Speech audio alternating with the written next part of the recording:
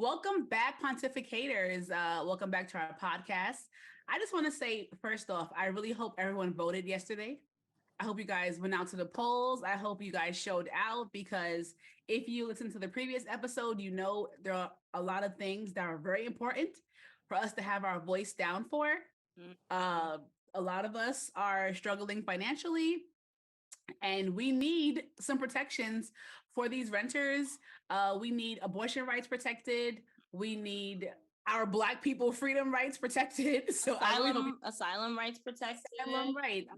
So I'm really hoping you guys voted yesterday. I'm staring into each and every one of your screens right now and into your earlobes. Please went and have voted. So let's we want to start off with a wild card, and Ty has a question for us. Okay, I have a question.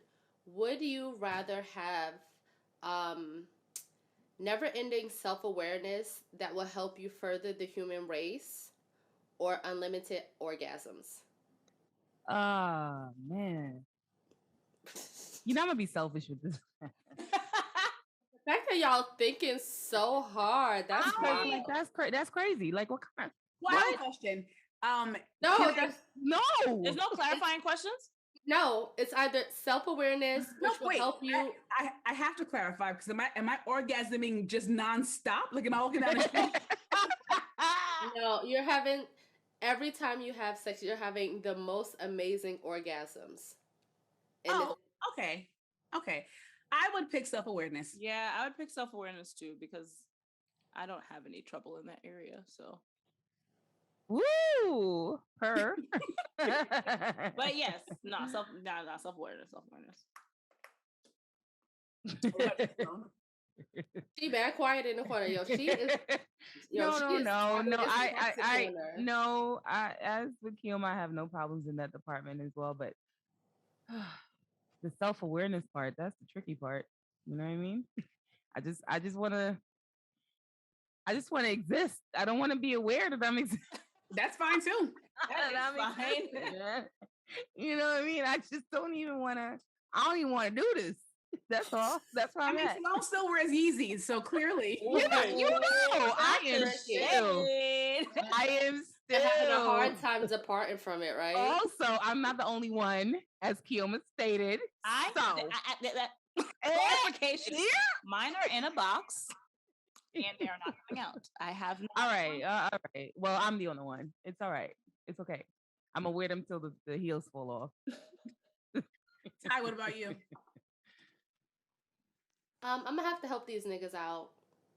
I think being self-aware is actually kind of cool. And the more self-aware you are, you will have better orgasms anyway. Ooh. Because you choosing the right person to be. You know what I'm saying? Okay. Love that. All right, now it's time for my favorite segment. Yo, Eric, you want? Everybody hates Eric. 22nd, a 17th inmate or / detainee at Rikers Island died. 17th for the year 2022. So that's for crazy. For reference, last year. Is it open? Yes. Yeah, I'm going to get to that. Don't worry. Last year, total, the entirety of 2021, 16 inmates died, right? So dying includes whether they died by suicide or whatever, health reasons or violent related reasons or whatever. So this person, just for, clarity and just for, just to let y'all know, I'm not going to be naming any names just because some of the inmates that did die or detainees that did die, the charges brought against them were a little wild. But nevertheless, we have to remember that Rikers is an intake place, right? So majority of the people there are they're under the guise of innocent until proven otherwise, right? So we're just going to keep that but I'm not going to name any names because we don't know who's listening and things like that. But it's just for reference, right? When you go to intake, facility, because that's what Rikers is supposed to be. It was never supposed to be somewhere that was for long-term hold, right? It's not equipped for that. It's just not equipped for that. So when you're there, you're literally awaiting for your charges, the official charges for you to be found guilty or innocent of whatever charges. Majority of the people there, this is very important, majority of people there are there because they cannot afford bail.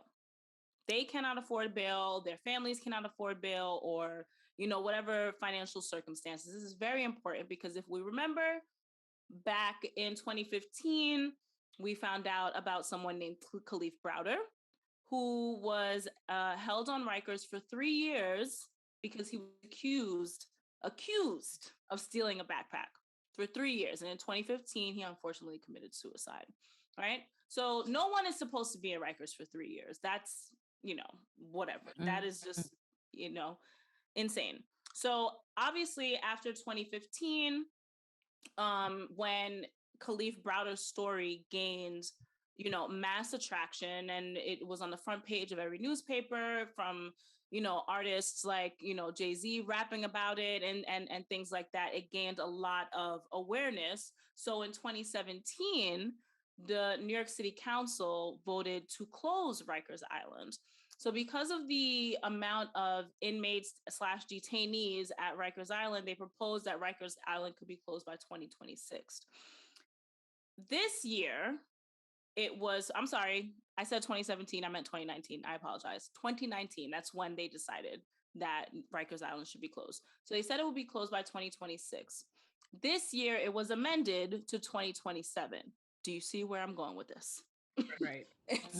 It's going to keep, the can is going to be kicked and kicked and kicked until whenever. So lately, a lot of politicians, I think the latest politician to go was last year. A lot of politicians and folks a part of the council or New York State Council have been visiting Rikers, right? Because it's, especially when COVID and the pandemic was really rampant, a lot of shit was coming out about Rikers, how it was just basically inhabitable. Like no one should be there. Not even the people like the DOC, the Department of Corrections, not even they should be there because it's just disgusting, right?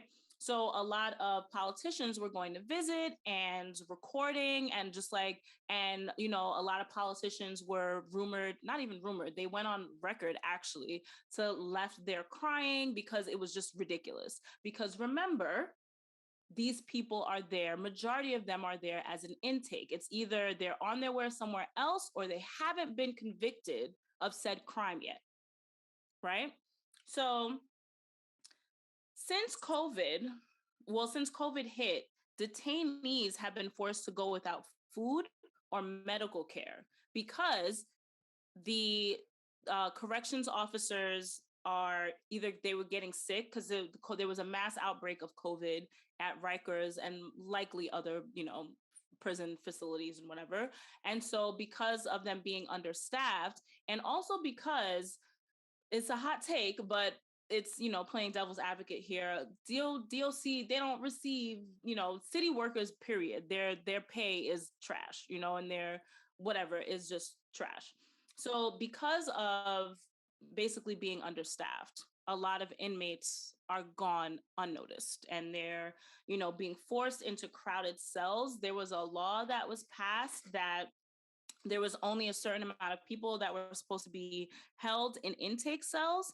And it has been on record and reported by the New York Times that staff tampered with records so that they can overstuff, that will overpopulate, intake cells. And yeah, so my sources are from the New York Times and also from Al Jazeera Plus, which is Instagram and news outlet of Al Jazeera News. And yeah, so again, this person that died Saturday on the 22nd was the 17th person. It is worth noting that that the numbers are kind of skewed because if someone, for instance, one of these people had a heart attack, right?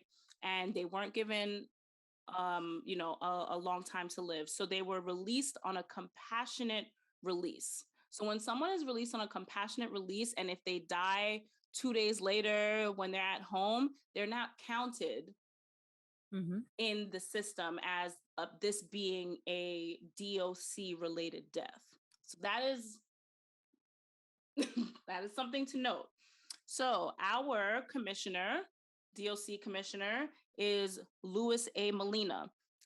In 2022, since he has been, this is his full, year in this position, he's done 3 compassionate releases.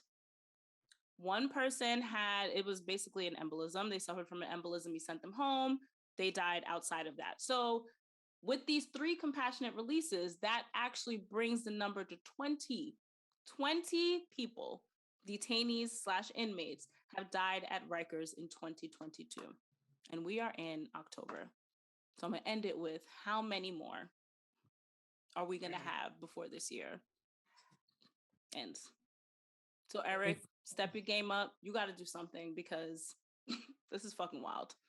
It's actually ridiculous. It's always been wild, but this is wild, especially with knowing that they're building a new jail in Chinatown, but we'll talk about that another time. But it's wild, bro. You gotta do your job. Stop being out here drinking espresso martinis and all like that. Do your job, bro. Yeah, I mean, those stats are very much in line with what I'm talking about in our Subway series segment. Crime, everything bad is up this year. Inflation, rent, subway crime, people dying at Rikers, my weight. I swear, everything is up. It's up. What did Cardi B say? If it's up, it's stuck. She right. Stuck. It's definitely stuck. It is stuck. Okay. I mean, damn, that's, okay. So basically, I want to talk about in our Subway series how I haven't rolled the train, I think, since last October. I think I met you in the city, Ty. We went to eat, and then I took a cab home. And that was the last time I rode the train, because I was just like, my anxiety, my fear of the train is just it's too much. I can't do it. And then I read these numbers and I was like, oh, so I'm not crazy. So as of October, subway crime is up 47%. It was at 34% this time last year. So we are significantly up. And again, it's only October, so it's just like, what's going to happen? So also on Saturday, October 22nd, a man was pushed in the train, luckily on the tracks. Luckily, he didn't hit the third rail or get hit by the train. He was able to climb back out. He was rescued. And he was even saying he didn't see where the guy even came from. And I'm just like, and it's also, this was 3 p.m. in the afternoon. So I mentioned, I think, in another episode, how like the reason why my fear is so much more these days is because things are happening at regular working hours. It's no longer like, oh, well, you're on the train at 2 a.m. Things happen. It's 3 p.m. Kids are leaving school. People are leaving work. Like this is prime time to feel safe amongst the masses on the train. And you cannot feel safe then either. And it's just like, you have to be, and it's like, at some point we can only be so vigilant before it's like, it's more than we can do. So it's like, we all just like stand with your back against the wall. It's just like, what else are we left to do besides we're looking left, we're looking right, we're standing back, we're staying in numbers, and people are still getting pushed on the tracks at 3 p.m. on a Saturday in New York City. It's wild. And it's wild. I'm not saying there's a good time for it to happen, but that seems like the wrong time. That seems like it's wild, like, because the most relaxed you should be at 3 p.m. on a Saturday. You know what I mean? And it's because when our mayor and our police commissioner, they run on this whole shit of law and order, right? Law and order is a buzzword. It's a buzz, slogan, whatever. Law and order, law and order. Where are all these police officers that you promised us was going to be at every train? You said every train station. That's the topic. That's my topic. Where are they, Kioma? Where are they? Hochul, she proposed last week that every subway station is gonna have working cameras. Why don't they already have working cameras? Exactly. Where's our money going, bro? What is happening? Yeah, that's exactly my next point with the subway series. Like, where are the cops? Where are the police that you promised? And then the commissioners just, oh, this has to stop. Who are you telling this to? Why are you telling us that this has to stop? Like, what are you doing to stop it? First of all, when I typed in a Google search, It said 2022 New York City subway attack. That's zero. I'm like, okay, so start off with a lie. Zero. What do you mean zero? Zero deaths, injured, 29, 10 by gunfire, 19 by other causes. What other That's a causes? lie. That is a bold-faced lie. A bold-faced lie because this man what's his name? Damn, I forgot his name, but I'm gonna Google it and be gonna Man that was shot going to brunch. not even him. The one that was stabbed by the homeless man in the neck, protecting the cop. Oh, He was 48 years old, 3 kids. Okay, so you're a cop on the train. You see this happening. So you just not gonna do nothing for this man who's playing the middleman in Wait, I'm sorry, I don't know protecting you. story. What happened? Basically, he was just sitting on the train, and a homeless guy who I think had offended before and was let go of, I guess due to mental instability, which he should have been, given some help and taken off. You know what I mean? Just don't throw him in jail because obviously he's not right in the head. So anyway, so he's back on the train, and because obviously he got away with it, he stabbed this guy in the neck he was, I guess, interfering with a cop on the off duty cop on the train, and a guy stepped in between and literally got stabbed in the neck. 3 kids, and I'm pretty sure the off duty cop had a gun or whatever it is, whatever she could restrain him. So you just did nothing and just let this man bleed out. And then when I Google, it says 0 deaths when this happened like 6 days ago. that's wild. That is all the freaking pushing in front of the trains and all the fights. Where are the cops? Where are the cops to stop Also, these? a 15-year-old was killed the other day at a train station. He was stabbed. He was stabbed, and then there was, I guess, a scuffle or whatever it was that was happening, and fell over. But again, 0. I just don't understand it. And again, like, I don't take the train, but my friends do, and it is very, very, very scary and anxiety inducing because It's so listen. it's just too, like you said, look left, right, back against the wall. There's Even back nothing. against the wall, There's nothing only you can so do. much you can do, right? I have mace and I have a knife. Sometimes Will I remember to use these things in the heat? And that's the thing, right? Exactly. Sometimes your reflexes it's not even quick enough. It's like I'll have my mace like in my pocket, and I don't know if y'all remember from last season. I was followed off of the train, and my first reaction is flight. Like, I'm not gonna fight you. Like, I'm leaving. I'm out of here, right?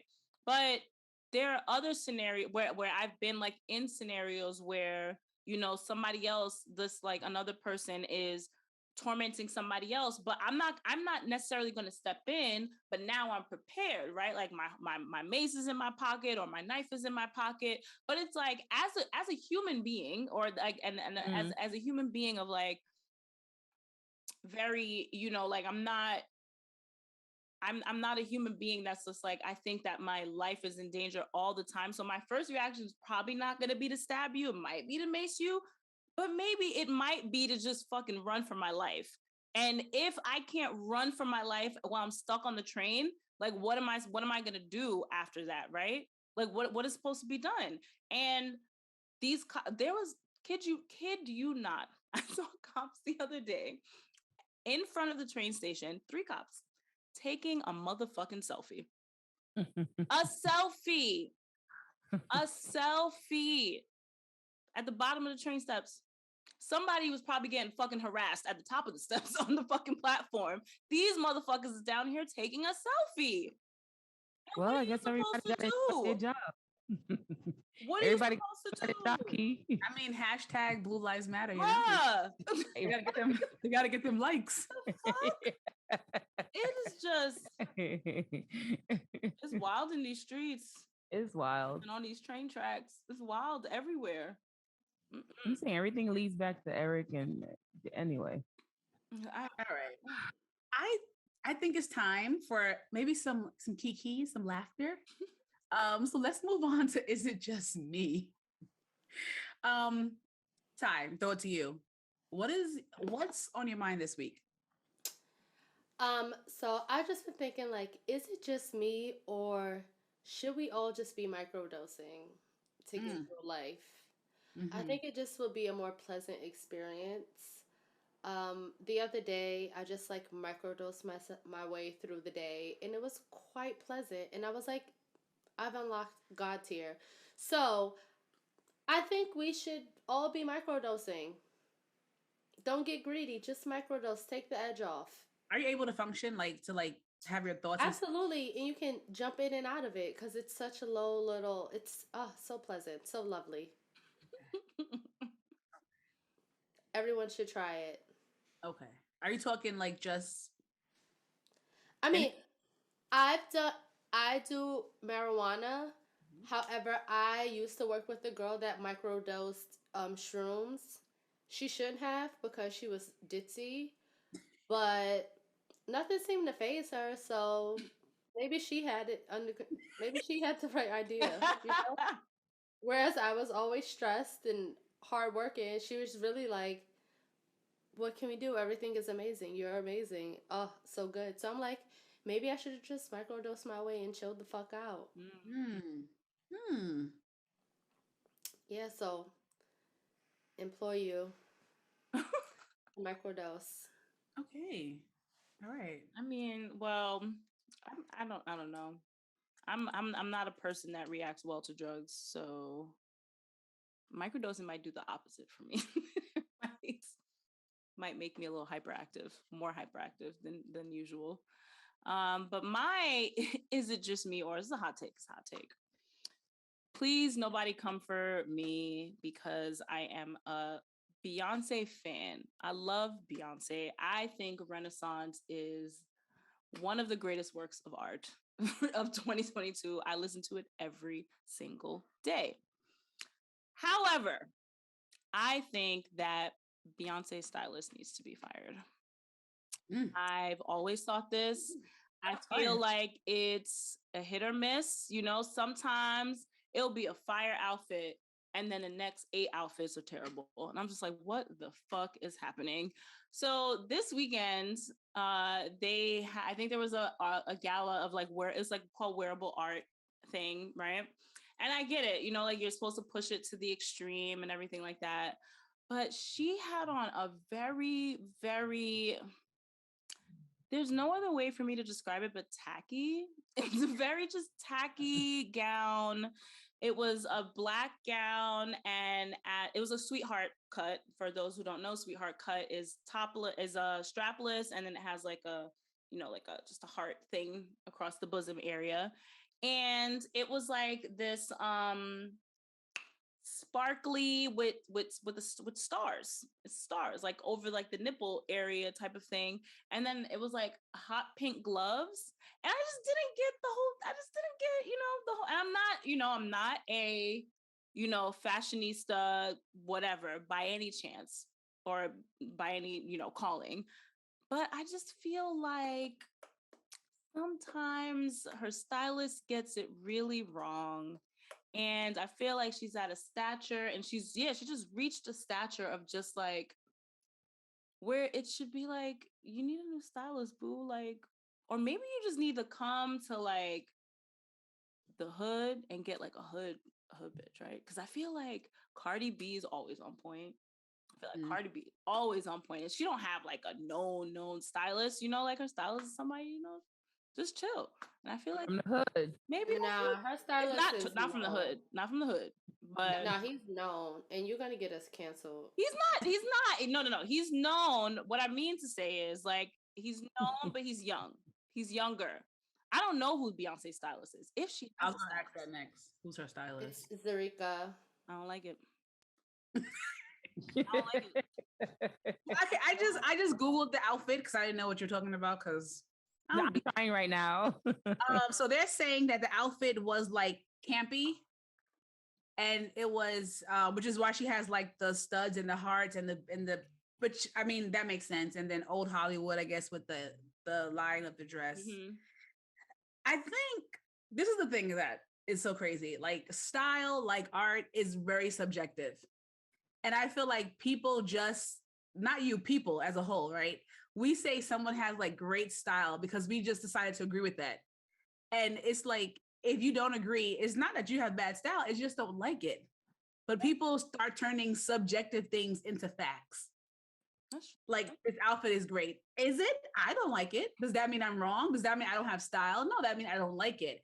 And I think like the problem is, and especially like in cancel culture, is like, well, that's Beyonce. I love Beyonce too. I have nothing bad to say about her.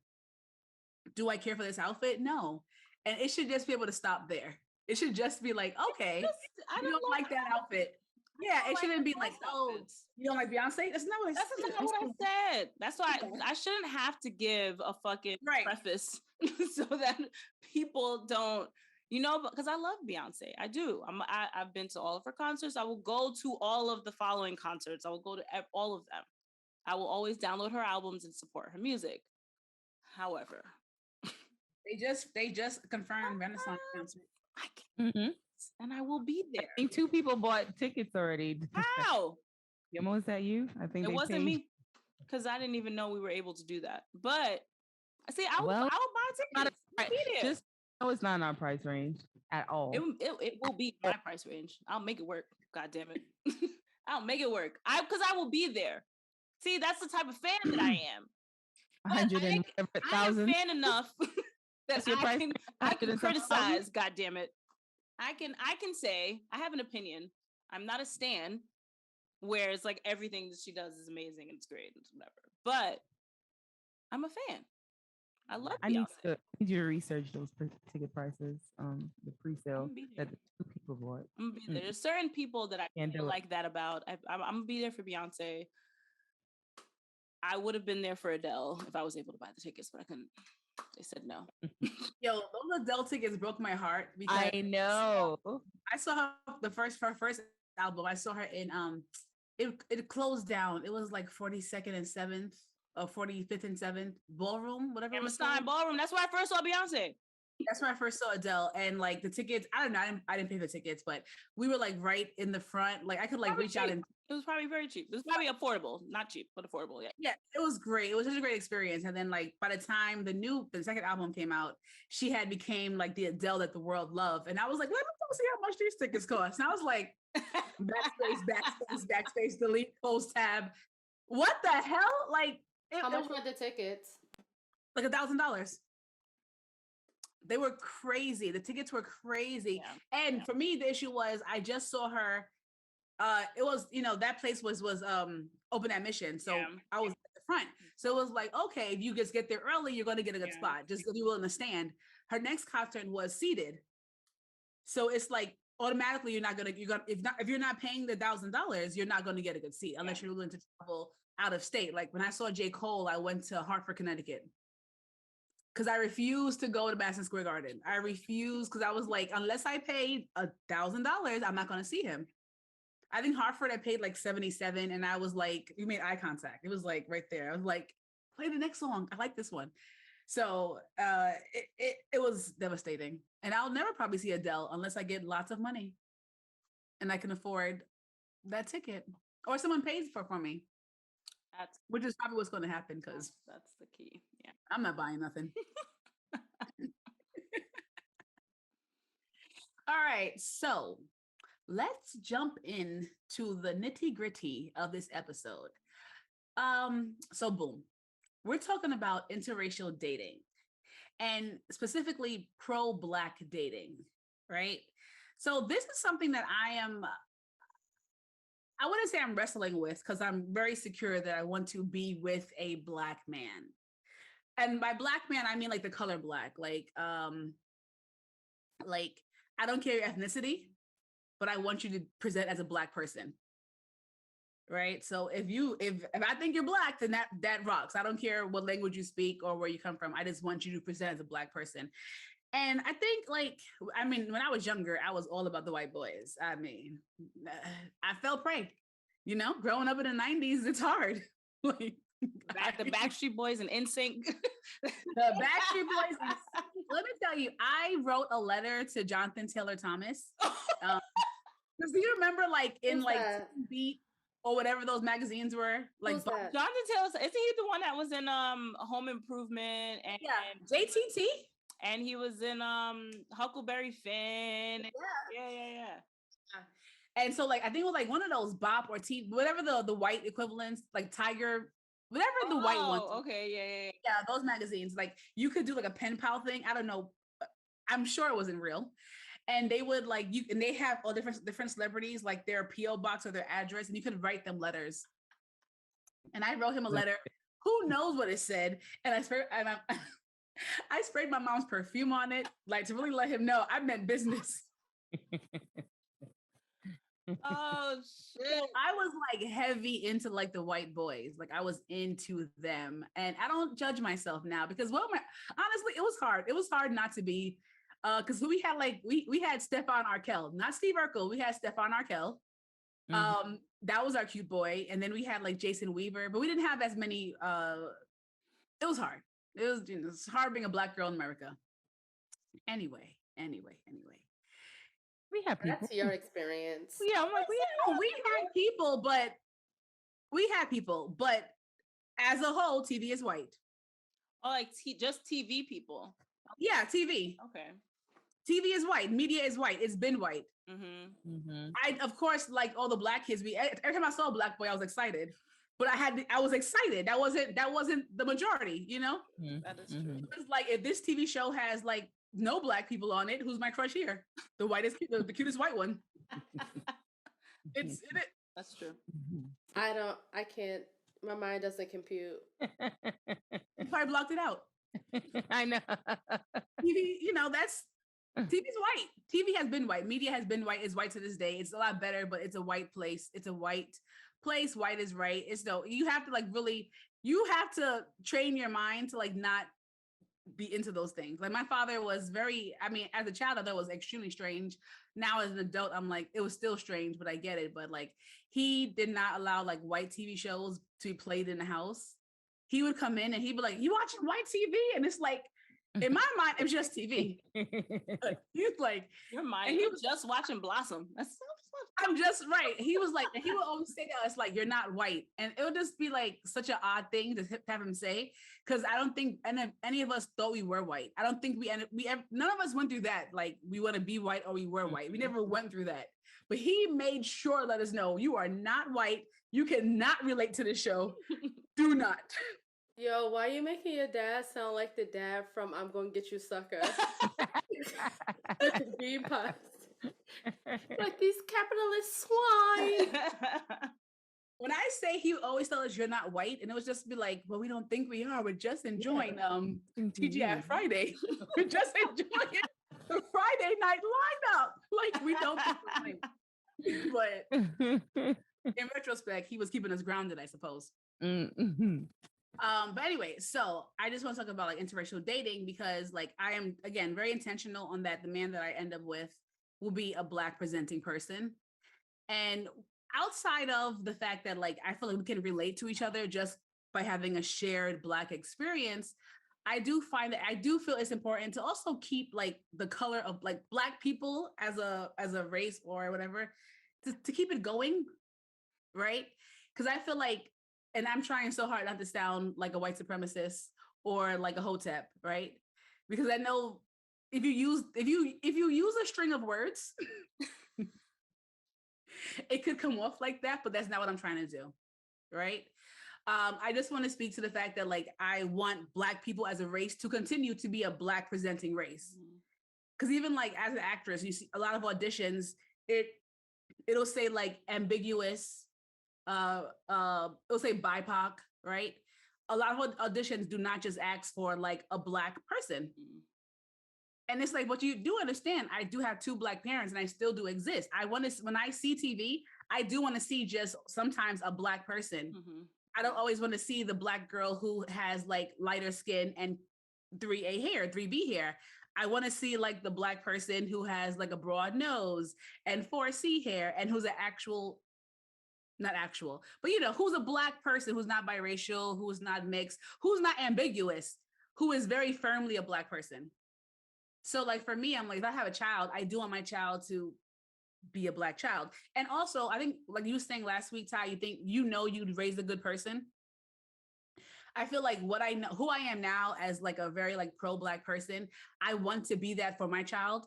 Maybe not in the same crazy way my father was, but like I do want to have a Black child and affirm them that, you are a Black child, you are enough, you are beautiful, you don't have to be something else to be beautiful, to be loved in this world. So like that's just why I am at this point very pro-Black dating at this venture in my life, probably forever, to be honest with you. But that's that. But I do want to discuss some interracial dating statistics because I didn't know any of these things. I mean, outside of what I see and what I assume. So I'm gonna just give you guys some facts real quick.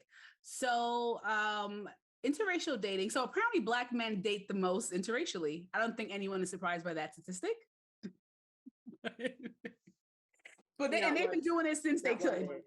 Since the day slavery ended, they were like, first order of business, I'm going to get me a white woman.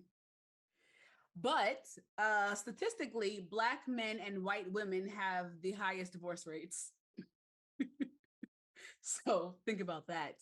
The lowest divorce rates between interracial dating goes for Black women and white men. So I want to speak to like social currency and why this is. So basically, like a white man and a white woman, they almost have equal social currency, right? The woman is not, she's a woman, obviously, so she falls just below the man. So they're in a constant power struggle. And this is just in terms of social currency, right? They're constantly in a struggle, like who's going to be in charge. And that's how you have like white feminism, stuff like that. Like we want to be equal to men because they're so close. They're right there. Literally they're one chromosome from just being white men. So they have an internal battle with each other. So they always don't make it. And then you have then you have Black men and white women. They don't make it because a man is a man of any color. A man is a man. So he thinks that because he's a man, he has more power over her, but she's a white woman. She still supersedes you. So now you have this man who feels like I'm a man, this is my world. And the woman is like, but you're a Black man. I don't know who told you this was your world. Sir, sit down. You're mistaken. And that's why they don't make it. And then the reason why a Black woman and a white man make it is because they both understand their social currency. They don't fight it. They accept their places in life and everyone wins. So the white man knows he owns this world. The the Black woman, without it being in like a negative way, accepts where she is in life. Through this white man, she can gain access to different things. She can gain power to things. She understands she'll never be equal to him because this is the world that we live in. And so their marriage construct is just kind of one of like, we accept who we are in this world and we choose to be together, if that makes sense. Is this based on an article or is this your thought? No, it's based on like some things I've read and like people talking about like, dating dynamics and stuff like that. These are not my thoughts. Okay, got you. I read the same thing too with the raised eyebrow. Yeah, these are not my thoughts. This is just what they say why these relationships do so well. I was trying to find, because a lot of articles talk about like a lot of things is very black and white. They don't go heavy into like Asians and Hispanics. They do list their statistics, but they don't really talk about them in like, in this same way where it's like, this is what we found, this is what we tracked.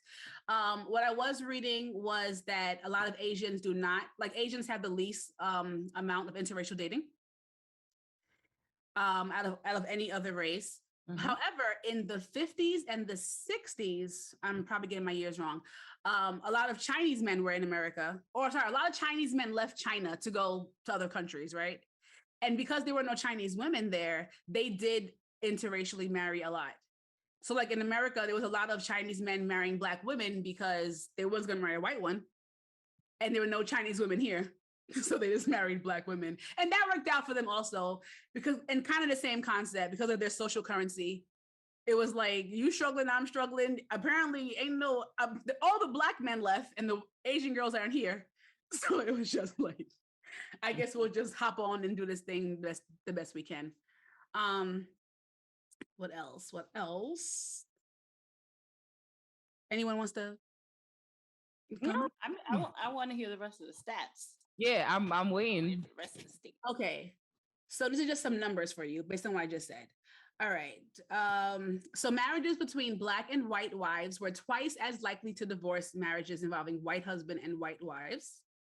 Um, from interracial dating, um, interracial dating has jumped a lot in every race, I think, except for Asians. They're sticking to their own. You know, that's that. They're right there. Um, Black wife and white husband marriages, they have a 44% less chance of ending in divorce, and that's compared to white wives and white husbands over a period of time. So pretty much I said, like, they understand it. Like the wife is like, I get it, you get it, and they just live their lives more successfully.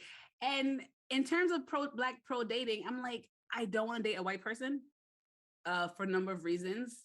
But it's like, if that's where the success is, also Black women have the highest divorce rate. At 30% of Black women get divorced. Like just in like among all races? Amongst all races, yeah. Black women have the highest divorce rate. That's what I'm seeing right now. That's interesting compared to the white husband, Black woman, Black wife success rate. It's very interesting that, I mean, when I think of Black but Black women are still marrying Black men more. So if you get out, you'll be good.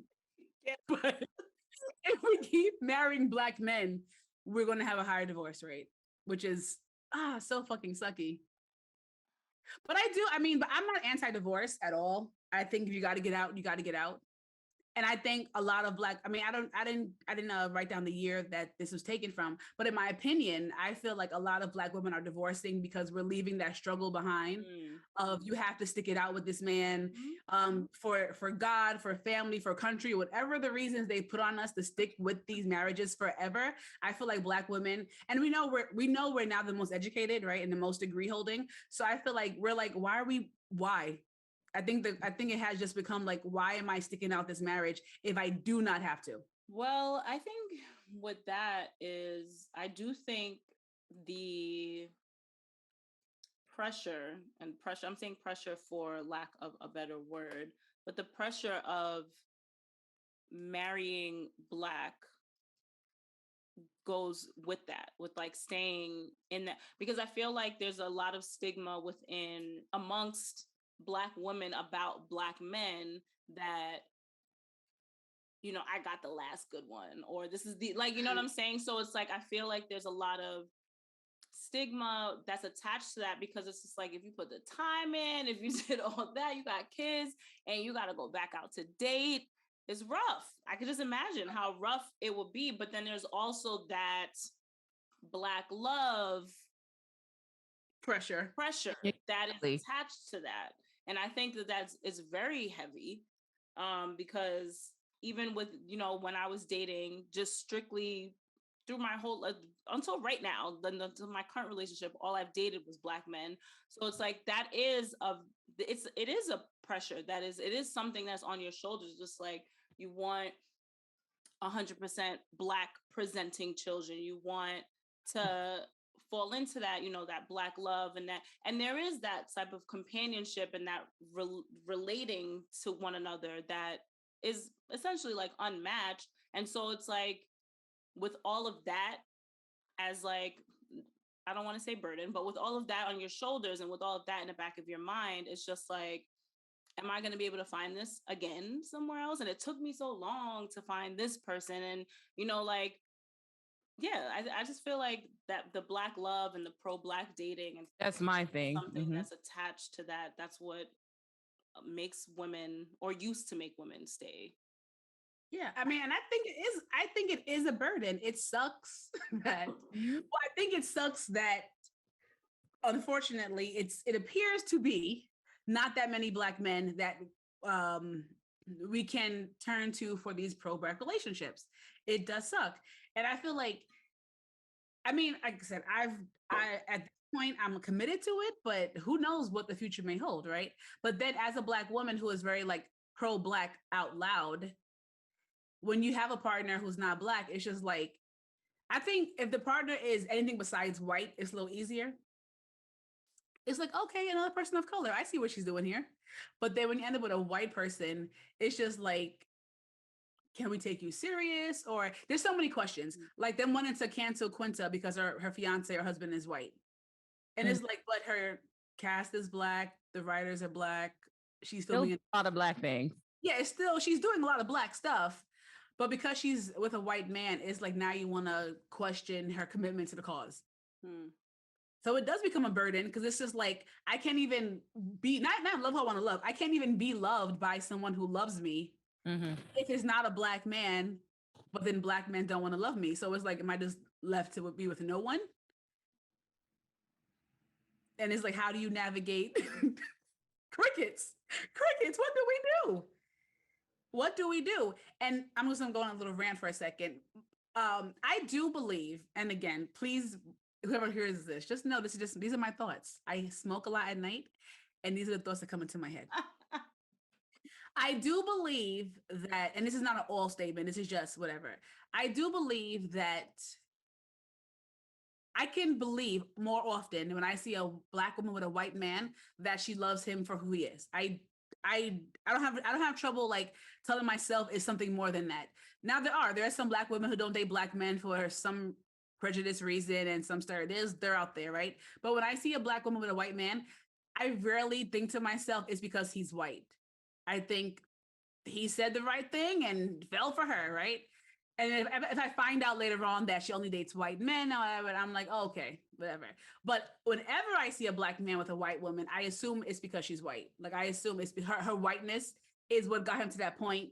And then he found out that she maybe was cool, maybe she was pretty, but I always feel that their whiteness was the main attraction to that person. And I don't know, I'm not saying it's true, but that's how I feel. And that's based on the way black men throughout history have taken up white women when they got success and the way they continuously talk bad about black women when asked why you date white women. It's literally, there's never, the answer is like, this is not a good answer. Like, did you go to school? I'm asking you, why do you date white women? And the answer is because black women. It's like already I'm confused because that's not what I asked you. So it's not all men that I feel this way, but I mean, it's not all men that do this, obviously. But whenever I see a black and a white girl, I'm always like, yeah, it's because she's white. Well, because it's a lot of, and I think even more so as of late, I think there was like a thing with like a podcast in the summer where it's just like black women are just so, like we talk back, we're just less submissive and we're less like, and so this is why they date like white women or even Hispanic women, like, because you know, like within that, it's just all, there is more so a culture of black men demeaning white women. I mean, black women. That's why they don't date black women as as opposed to black women saying that about a black man or Right. as like their preference to dating a white man. Like that's just the things that I think that's at the forefront of things that trends on social media and stuff like that, is mainly black men saying like, this is why I don't date black women, or this is why I'm not, you know what I'm saying? And that's why I feel like when you have like celebrities, even celebrities like the John Boyegas, where it's just like, I'm not, her hue is just a little bit too light for me. So I feel like that's why we like celebrate like the men that say this, because I feel like there's just so much of the opposite of that that's pushed forward. And it's so bizarre that we have to celebrate it. What happened, Ty? I disagree. Okay. I think that's all bullshit, because you can look at a certain type of black woman and know that they only date white men for the access. No, I'm not saying that. I'm saying when I see a black woman and a white man, that's not my first thought. Every time I see a black man and a white girl, that's my first thought. I don't know them at all, right? The woman could be, like I said, if I may find out later she only dates white men and be like, oh, okay, you're that kind of black person. But I'm saying my very first thought, no matter who they are, before they open their mouths, before they speak, is because she's white. That's just my first thought, based on just their skin color. That's my first thought. With black women, that's not my first thought. And the benefit of the doubt. I always do. I always do. Grace first before you Always. And I find out or what not, the and I'm real. like, oh, okay. But that's always my first thought when it comes to black men and white women. But that's because of black men and white women. Mhm. Like they put that narrative out there. So now I'm just like, okay, It's true. I'm gonna take your word for it. You're the And one saying it. It must be true. don't kill me, don't kill me, listeners. But it's like every time I see, let's say like a black man with a white woman, it's always like the bottom of the barrel. Like, you know what I'm saying? Just what I see from my experience. I don't be like, oh, she's fine. No, it's always the bottom of the barrel that probably the whites don't even want themselves. And here you are as a black man, just ready to scoop it on up, and it's because it's white, it's right. That's what I see. And y'all know my industry. I see quite a lot. So all I do is people watch. You feel me? So I don't get it. I don't get it. I mean, if that's your preference, by all means, love is love is love. On this podcast, we discuss mental illness a lot. Like I think every episode we mentioned we say the mental illness, and I do believe this is a mental illness. Like I feel like every race, ethnicity, whether or not they'll say it out loud, they strive to be white. The world is in a caste system, white on top, black on the bottom. And the color, again, this is black presenting. This is not black American. Like every country has a black population that they hate on. This is just what we have, right? Mm-hmm. So I do feel like this does stem from slavery and years of oppression. This is not a past. This is not me saying black men, I understand you. I don't. But this is like, I do feel like it stems from that, where like this white woman was held on these pedestals, and now you have your so-called freedom, and now you want to obtain these things that these other men have. And it's like you're looking past the fact that you are a black man. And I'm not saying you should feel like the bottom of the barrel, but that is where society has put you.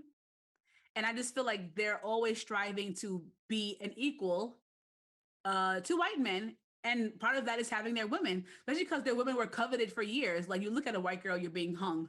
Mm. Now it's like, now I have this thing that I couldn't have. I have this thing that was so precious to you. Mm. And it's just like, and then I think this shows that it's not about the white girl. It's about the property of the white girl. Mm. Because now we have all these white baby mamas. And the recipe for most TikTok biracials is a white mom and a deadbeat black dad. That's the recipe. They never have the black dad's picture because he hit it and quit it. That's wild. It's insane. And also when I think about interracial dating, I just think about like, and again, I'm speaking specifically to black and white. My feelings about ethnicities is really not, I really have no feeling. I think we all should get together. But it's really black and white that I'm speaking to, just because of our history of oppression and slavery and everything else, right? And I don't know, this is just in my later years, but like I often think about the magnitude of slavery. It was wild. I think I've said it before, like it has been downplayed so much, like, oh, we were just slaves. No, we were slaves. All letters capital. Mm-hmm. People owned us. White people owned black people. They beat them, raped them. We were the equivalent to chairs, not even cattle. Mm. So in my core, I can't imagine being with someone whose family 200 years ago owned my family. Mm. I can't get past the idea of like, we're going to go to Mima's house and she's going to fucking show me a Confederate flag or something, right? And even like, maybe you only date Northern whites, but they're not much better. And I always think about this. Now, I always think about also like long term of dating this person, right? Like I may meet the most amazing white man who is like down for the cause. Like he's out here like punching out racists left and right? But he has a family. He has a white family. somewhere there may be someone racist in this white family. And now I am now part of this racist white family. I'm going to have children who may need to go hang out with their racist grandmother or their racist aunt or uncle or someone who does not like my kids because of the skin color. Mm-hmm. So it's like, if I could just maybe date a white man casually, maybe I would, but I don't know if I could do it long term with the intentions of having a family with this person. Because it's a huge commitment to put your child in that position, and yourself, honestly. Maybe you don't have kids, but you're putting yourself somewhere where you're not wanted every holiday. And I'm just not going to go. So now we have tension. I'm not going to any holiday over there because I don't want to deal with any racist remarks. Yeah. So this brings us to like, okay, so what are some of the struggles that one has to go through as an interracial well yeah, thank you, Kioma. Well, I knew he's gonna jump in, but what are I feel like biases? One of my like biggest fears was like the prejudice, right? That I was gonna be ostracized in some way, or there was just gonna be like I felt like for a while, like maybe like our first year, like I was just always waiting for something, like I'm gonna have to defend myself somehow, or I'm gonna have to chime in somehow. But and again, I'm just speaking from my own experience. My experience is that never, not once, not once. It has been, I'm privileged enough to have somebody that's just like, when I'm tight and when I'm crying and when I'm like pissed and understand, like they understand either to give me space and grace, or they understand to be tight with me, and they will never say like, I understand your struggle, like, because you don't, you know what I'm saying? So it's just like, and there's just it's just so many like individual situations. I think one of the things that's always just like prevalent in my mind is that one night we were doing karaoke, right? We were doing karaoke, and it was like an unedited karaoke.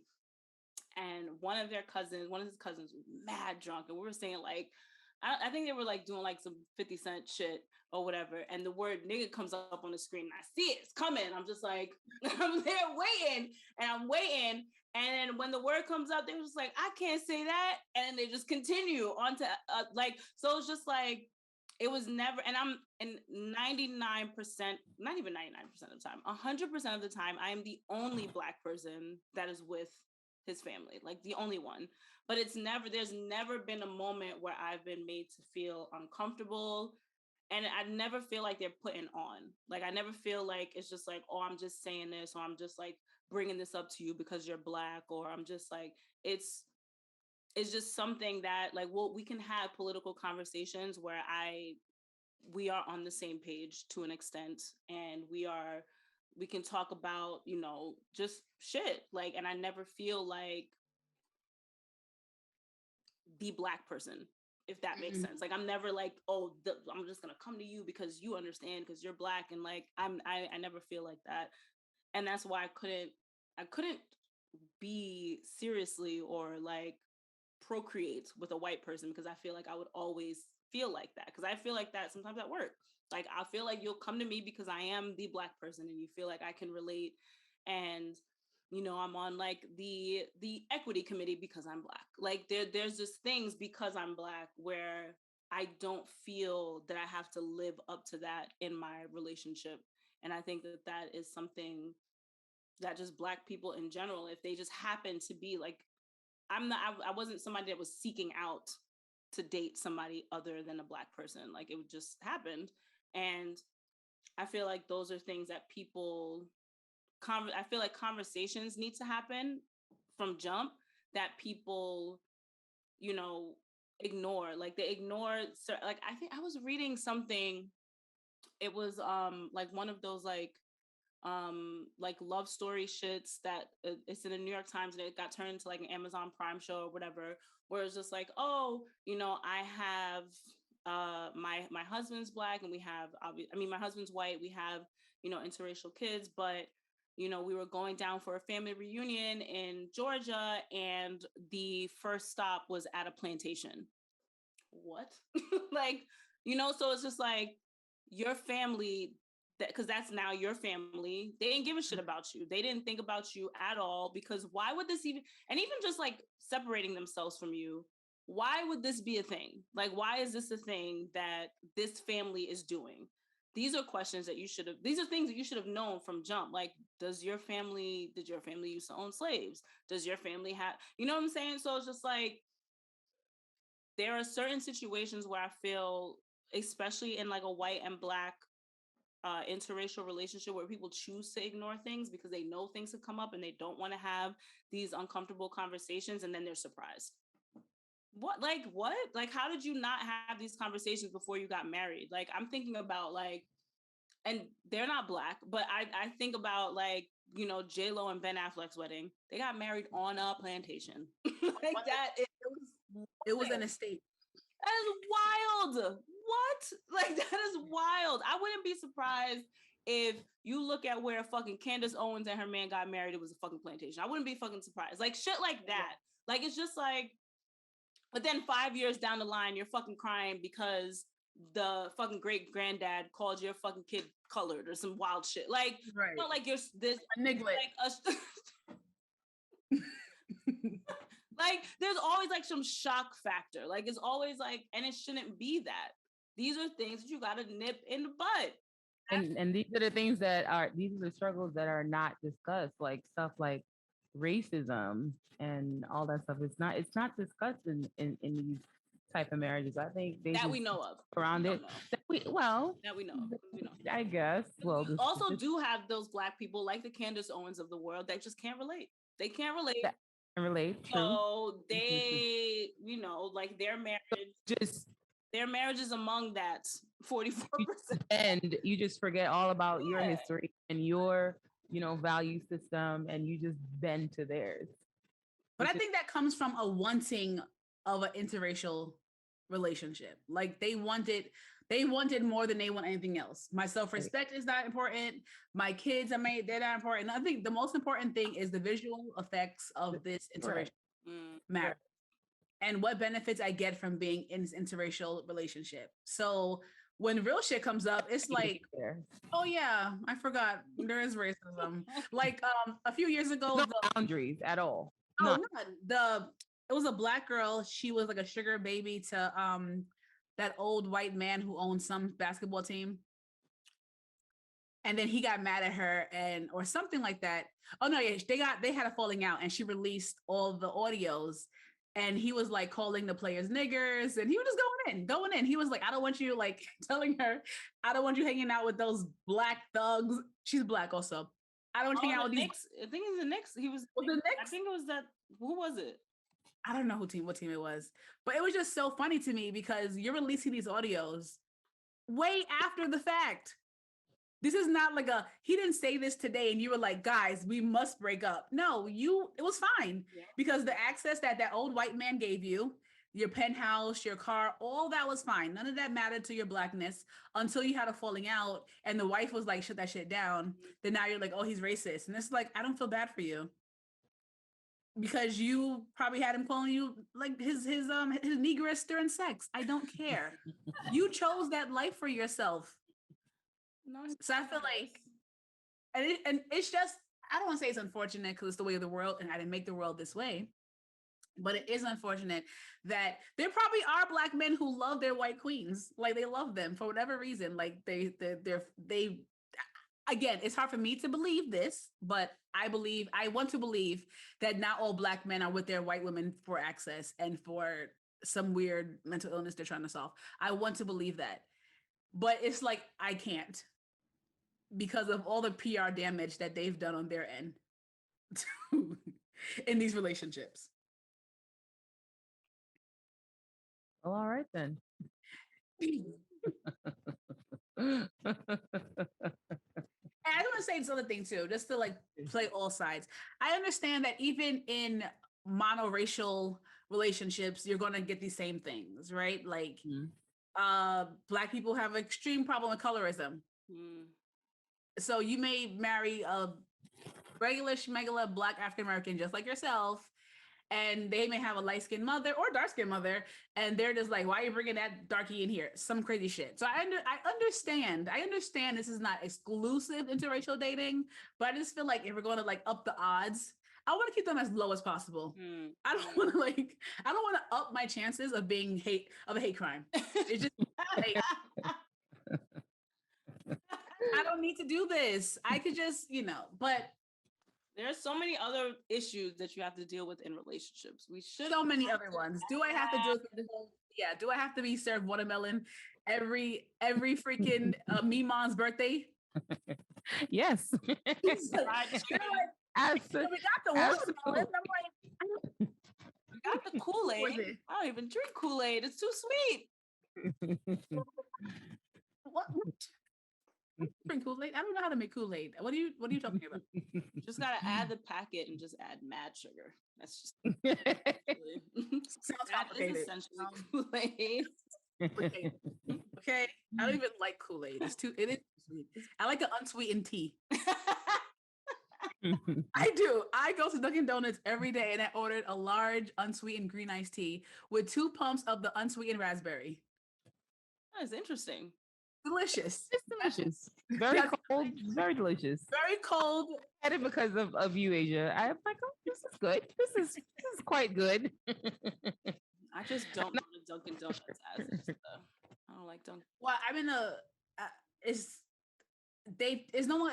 not called a food desert anymore. They changed the name. I forgot what the new name is. I'm in the food desert though, so I'm limited. There is a very fancy black coffee shop that I do want to shout out at some point, but they move very slow. They do not abide by rush hour hours. Like you walk in, it's like fucking cheers. They're like, "Hey, you're back. Have a seat. Have a seat. It's 8:30. I'm going to work." Like they're doing the fucking designs in your latte. If you don't give me this damn hemp seed oat milk chai so I can get to my job, like they're just too slow. When I have extra time, I do go there. Like if I have like a 9, I'll get there at 8. I'll go and chill with them. But you cannot go in like a 5-minute. There's no 5 minutes in and out. Every time is 10 minutes plus. You just go to Dunkin' Donuts or the Starbucks. And I go to Dunkin'. They know my name over there. They don't speak much. They say my friend. They pass me fucked up. They pass me my iced tea, and I get on where I was getting on. So, there's that. This is great. It was very insightful. Very, very, very insightful. So Asia's pro-Black. Or whatever comes along. No, I'm pro men of color. Right. With a preference to Black presenting. Okay. Wow. Let me write that down. Google to see what comes up, what it spits back at me. No, because if you know, I'm from the Bronx. I grew up in like little Dominicanville. Mm-hmm. So like, so some of my first crushes were Dominican men because that's literally who lived here. Like when I was younger, it was like 2 Black families and I was one of the 2. So like I was always used to like having crushes on like Dominican men, but they come in the shade Black. And it works out. Like my best friend, her family is like, they're darker than I am. And they're Dominican. So that's why I want to emphasize Black presenting. Because it really doesn't matter your ethnicity or your language. It's, are you the shade of Black? Do you identify as a Black man? Because then we're cool. Did you find that? Did you find that amongst many Dominicans? That's what I was gonna say. Honestly. I feel like in the Bronx I do. I don't know worldwide. I don't know citywide. Check the stats on that because that ain't. So that's the whole other conversation. Exactly, it's another conversation. Yeah, but I haven't had. I'll say I haven't had any negative experiences with dating Dominican men, because they did feel like they were either pro-Black, either if they say they were Black, they knew I was Black and I wasn't a problem. Okay. Right, and like their moms were Black, the color Black, so it's kind of like whatever. Yeah, again, even if they were lighter, they had like a Black sister or a Black aunt, and so we just never had to have that issue. Well, that's very fortunate for you. Hmm. I can't relate to that. Can't relate. Uh, I can't. Some people probably can't, but I mean, it's like you said, like, it's a privilege, or but more it's a fortune. I haven't had that experience where I felt, that's good. yeah, even like my growing up, my best friends, I don't know why. Again, probably by location, I always keep a Dominican best friend always since since elementary. I always have Dominican best friends. Like I don't know, we click. I guess I don't know what it is. Probably because I say things like conva and dime. I don't know. Dime. Dime. But even like with my friends, I didn't feel like the black girl, like ostracized, right? Like it wasn't like my two best friends growing up, both born in like DR, so first language was Spanish. They made me learn Spanish with them. It wasn't like it was like, Sonia, like, speak Spanish. Mm-hmm. Like, you're gonna speak with us. We're not gonna keep you out of conversation. We're gonna speak. Hello, join in. So But those two friends were great. Are great. You know what I'm yeah. saying? They're an anomaly. I mean, and I don't know, but or are that's the ones in my, we've come into contact with the anomaly? yeah. I mean, I've had good experiences with the Hispanics that are close to me. I've had good experiences with them. Like, even you all know Laura. Laura in a second will be like, "Sonia speaks Spanish." Like, don't try with her. She'll, like, in a second she'll be like, "No, speak to her. It's fine." And but also her family is the color black, so like that has, it'd be kind of strange to discriminate when literally everyone in the room is darker than me. Yeah. Like, Yeah, that's the perplexing part because It's tricky. That's for another episode. that is another episode, because I have stories. I do have stories about like getting my hair done in the salon and then trying to charge me extra. My hair is this short. Why am I being charged extra for what? I can't even get Rolos. The naps. the naps, the coils is too much. Yeah. Even though their coils are the same. Anyway, moving right on. All right. So guys, as we close this episode off, it's time for Peep Game. Yeah, I think everybody should it's a short one. Everybody go read Viola Davis's memoir. It is amazing. It is traumatizing. It is a story of deep despair and redemption and strength. And it's also like written really, really well.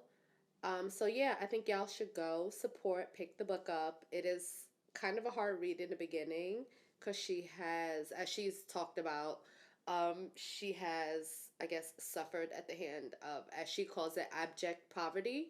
And that's the word, abject poverty. And it was really hard to get through a little bit because it was kind of, it's very vivid, but I just think it's such a beautiful story. And she doesn't like sugarcoat shit. It's just really about her life and things that she's dealt with. And I think it's just like a good read for levity. What's the name of the book? It's called, I believe it's called Finding Me. Okay. I hope I'm not lying about that. I'm pretty sure that's the name of it. I'm quoting right now. It's very riveting hearing her speak about it, you know, in her interviews and stuff. So I'm pretty sure this will be. Yeah, it's Finding Me, a memoir. Okay. Perfect. So get it where books are sold. I'll have to audiobook this. Oh yeah, it's a good Audible. Oh no, I gotta flip my pages. I gotta feel the tangibility. No, it's true. I just bought 3 books yesterday. I bought physical books. Men, I love it. Because you know my plight with the fucking libraries and them not having shit.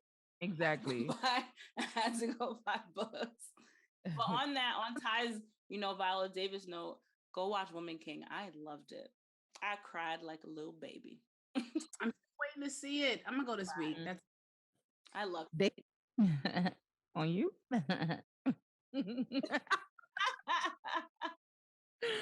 Nah, I think I got some discounts. Don't worry. Oh, okay, because definitely ain't on me. Everything not on you? I'm trying to get it on somebody else. So no doubt. All right. Well, guys, thank you for joining us again. And you already know what to do. So see you Follow, later. subscribe. Hey. Yeah. It's pontificating, yeah, we back again.